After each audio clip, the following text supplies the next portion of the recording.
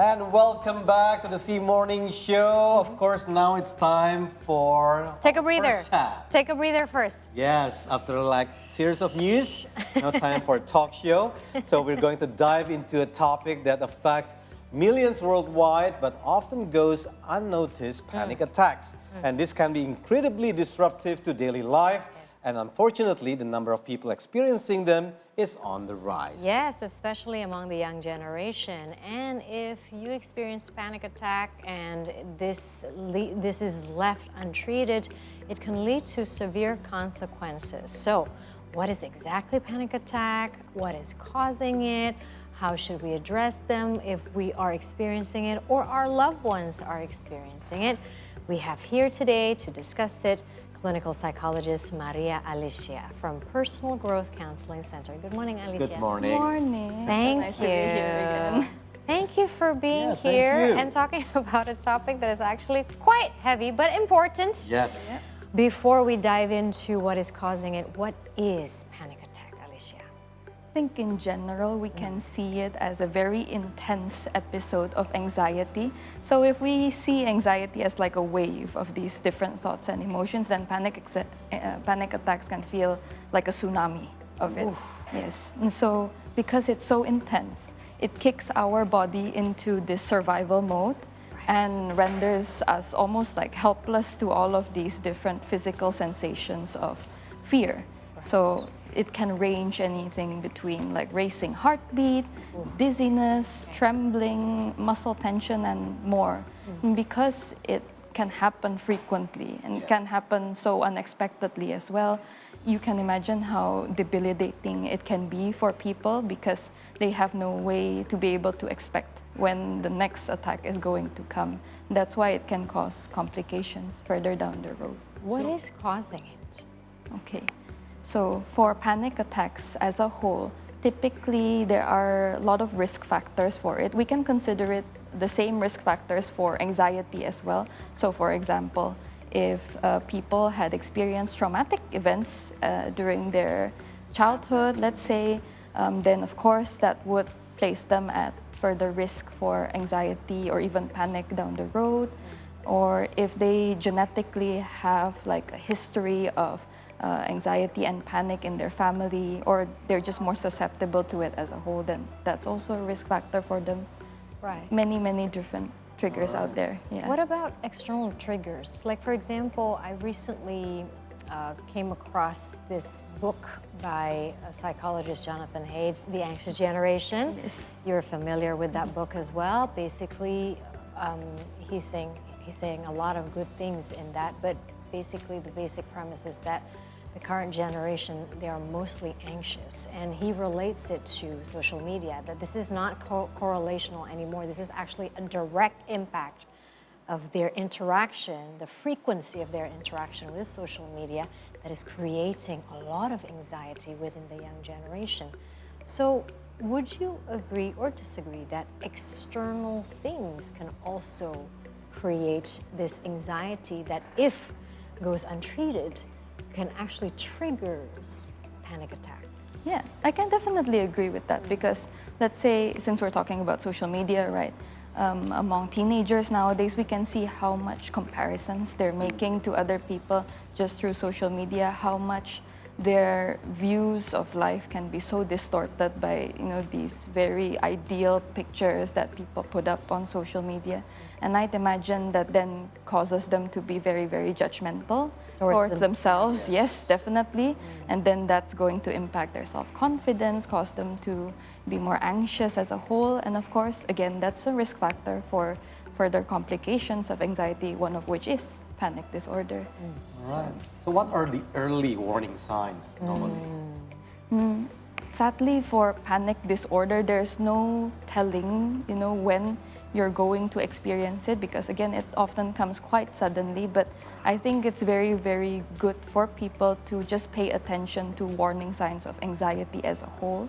So if we have the tendency to sort of catastrophize, let's say on different things, or if we notice that the anxiety that we're feeling across different triggers, whether it's social situations or even any sort of stressful situations, is disproportionate to the actual event itself. If we notice any of those things, or if we get feedback from other people that, hey, like, I think something's wrong. I think the worry that you're feeling is way, off the charts. It's not correlated to the actual threat or the actual stress anymore. Yeah. Then that's a sign for you to maybe go to a professional to check up and see if there's anything that needs to be done with it, or if anything, then at least pick up some relaxation strategies or other ways of coping. So even if you do experience more anxiety further down the line, then you are able to manage it better. And since we mentioned about social media, so how do you compare things like this towards adults and compared to the kids or teenagers? Are the numbers growing towards teenagers or actually the same with adults? I think in terms of panic disorder and what age group it affects, right? There's no category or age bracket that it's limited to. All it right, can okay. affect just about anyone. Anyone? Yes. All right. Typically, the onset is during early adulthood, so around age 25. But again, even children, yes, can still experience it. And it all falls back on the risk factors itself. If it's a child, let's say, who doesn't have that much support, is in a lot of stress, and they're just having a hard time coping as a whole, then it's no wonder that these children might experience panic disorders. And we can say the same thing about adults and adolescents as well, who are in a similar situation. So panic disorders or panic attacks, would you say that it happens because a human being is suddenly unable to cope with the pressure around this person? Yes. In fact, I might say that it's an ongoing inability to cope rather than it has to be sudden. It might be that there's just so much stress that they are experiencing constantly. Wow. And they are just continuously having difficulties being able to manage that, to the point where, it started from maybe worries, the typical worries that we experience every day, to then evolve into like full-blown panic attacks, because again, this is a fight or flight reaction in us. It's a survival mode, in us.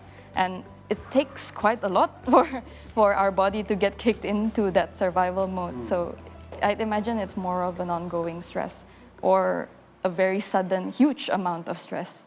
Right, so the trigger is stress. So stress, when we talk about stress, Or build up stress, probably, yeah? or build up stress, and it can happen to everyone, right? All generations. One of the methods that you've already mentioned, actually, to find ways to relax, right? To have relaxation methods. So, other than also, having counsels from psychologists, or professionals, what would you suggest? What kind of relaxation methods that we can do when we already have this awareness? Ooh, I think I'm feeling anxious, and if this snowballs, it's going to turn into a panic attack. Before we reach that, what sort of simple relaxation methods that we can do so that it doesn't snowball into a panic attack?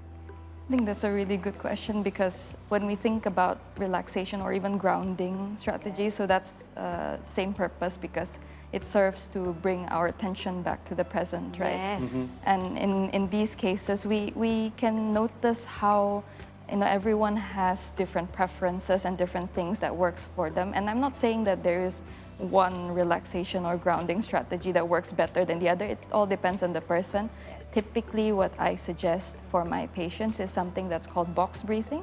Box because breathing. yeah, Yeah. because it's quite visual in nature, and even children can engage well with it. It's literally just following the outline of a box and then breathing, following the line. So let's say we inhale here, then we hold, then we exhale, and then hold again. How many seconds per line for the box? Typically 4, but I'd imagine that, for different people, maybe 4 is not enough. Or then in that case, then they can be flexible. They can extend it as long as they follow that pattern. But generally, with breathing techniques, we want to make sure that our exhale is a little longer than our inhale. Correct. So we're simulating the state of our body that we would be in when we're calm. Is that it? Yeah. Whereas when we're Exhaling longer. yes, yeah. naturally, we would do that because then it expels all the CO2 from our body and gets us into that calmer state. This reminds me of, other than box breathing, Alyssia, also there is another breathing method that was, I think, I don't know whether it was founded by Dr. Andrew Weil. So it's the 4-7-8 breathing. Yes. 4-7-8. Okay, explain Yes. to me. 4 inhaling, so 4 counts of inhale. 1, 2, 3, 4 in. And then hold it for 7 counts. 3. 1, 2, 3, 4, 5, 6, 7. Hold. And then exhale for 8 counts. 8 counts. Yes. Yeah. I find that also helpful That because is- it yeah. shows that theory that you said. The exhale is longer than Yes. the inhale, right? Yeah. Box breathing and then 4-7-8. Yeah, 4-7-8 by Dr. Andrew Weil. Yeah, but to be honest, you know, when you go on Google and you look up relaxation and grounding techniques, there's a million different things that's gonna come out. Yeah. It's best to, let's say, if you're willing to try one, Yeah. then just experiment with it for some time and then see what part of it works for you and what doesn't, so then you know how to customize it or which form of the technique would work better for you. That's correct. Yeah. So how do, sorry. It's okay. You go first. We're fascinated by this topic. It's just because that's when we are trying to help ourselves, Yeah. right, Tommy? It's like we do all that relaxation method. But what if we see someone that we love, either our family, our friends, our colleagues, who are experiencing panic attacks? What can we do to help them calm down and suffer less? Yeah. I think in the moment, the first thing that we should remember is we should stay calm. Like in any emergency situation, we Okay. would want to stay calm. We don't want to compound their anxiety with Yes. our own anxiety. Yes. So we'd want to stay calm and then just try to bring them away from the situation that they're in to a more quiet place. And throughout that time, we'd want to just remind them to keep breathing steadily, or even we'd want to model it with them on how to, you know, breathe in a slower pace, because they might be feeling quite suffocated. They Yes. might be breathing quite harshly and quickly, you know, and so we want to bring them back to base, right? Afterwards, once they're calmer and you notice that they're a bit more regulated, then maybe we can ask them about, you know, what else do you need? What else can I do for you? Even if it's, you know, needing to take them out of the situation totally, like, oh, I want to go home. Okay, let's do that, you know, if that's going to be helpful for you. But what I always remind people as well, besides like what can you do in the moment, is that the prevention aspect is much more important than the treatment after it happens. So if you notice that, you know, your loved ones are the type to be very anxious, let's say, or you notice that they have these certain risk factors that we talked about earlier about having panic attacks, you can definitely express your concern to them and then say that, you know, I'm really worried, you know, like, is this something that you've ever experienced? Let's say, you maybe while watching, you know, this segment of See Yes. Today, Yeah. and then if they're able to connect with it, then have that as your topic of conversation. So then both of you can plan ahead. Then, you know, discuss about like, okay, so next time you have these symptoms, what should I look out for, or what would be best for me to do so then I can support you. Yeah. So last question. When they actually accepted their condition and then they decided to go to professionals, what kind of treatment usually they have for that? There's a lot of different interventions and treatments. Again, we tend to tailor them to what each person needs. Some people might need therapy, some people need a combination of psychotherapy and medications, so it depends. But there is generally 3 themes around interventions that we consider a gold standard for panic attacks. In this case, number 1, we would want to make sure that the intervention is teaching them, educating them about what panic disorder or panic attacks actually is and what anxiety actually is like. So we would want them to understand, you know, where it's coming from, if there are certain risk factors that are, you know, true for them, and what sorts of symptoms they might need to look out for if these things are happening. So apart from that, again, because tsunami of emotions, Yeah. right? Yeah. Tsunamis have warning systems that we install in order for us to have time to prepare for that onslaught of like different thoughts and emotions. So we would also want that intervention to teach them how to build these warning systems. So then they have, reliable relaxation/grounding strategies, ways of processing when that panic attack happens. They have access to certain support systems and the likes. And then finally, typically, when it comes to therapy, at least for me, we also include an aspect where we gradually expose them to different triggers of the anxiety, so then they can increase their mastery of the skills that they've learned. So for example, I've had patients who might get panic attacks when they're in huge crowds, like in a big mall, let's say, or something like that. Or concerts. Exactly, yeah. So then before I actually tell them to go into those situations again, I would have them sit in the room and then play, let's say, YouTube videos that has sounds of a crowded mall, that little background noise, that sort of thing. So then I get to see how they would react in a safe space and be able to remind them or simulate for them how can they manage the panic attack in that moment. So then when they go out there, they would feel more confident how to deal with it. Wow. Fascinating always, right? It's like human behavior, how we overcome it. Thank you so much, Alyssia. That was so insightful. Thank you. All right, thank you so much again. So now we're set for a commercial break. So when we return, we'll bring you the world headlines.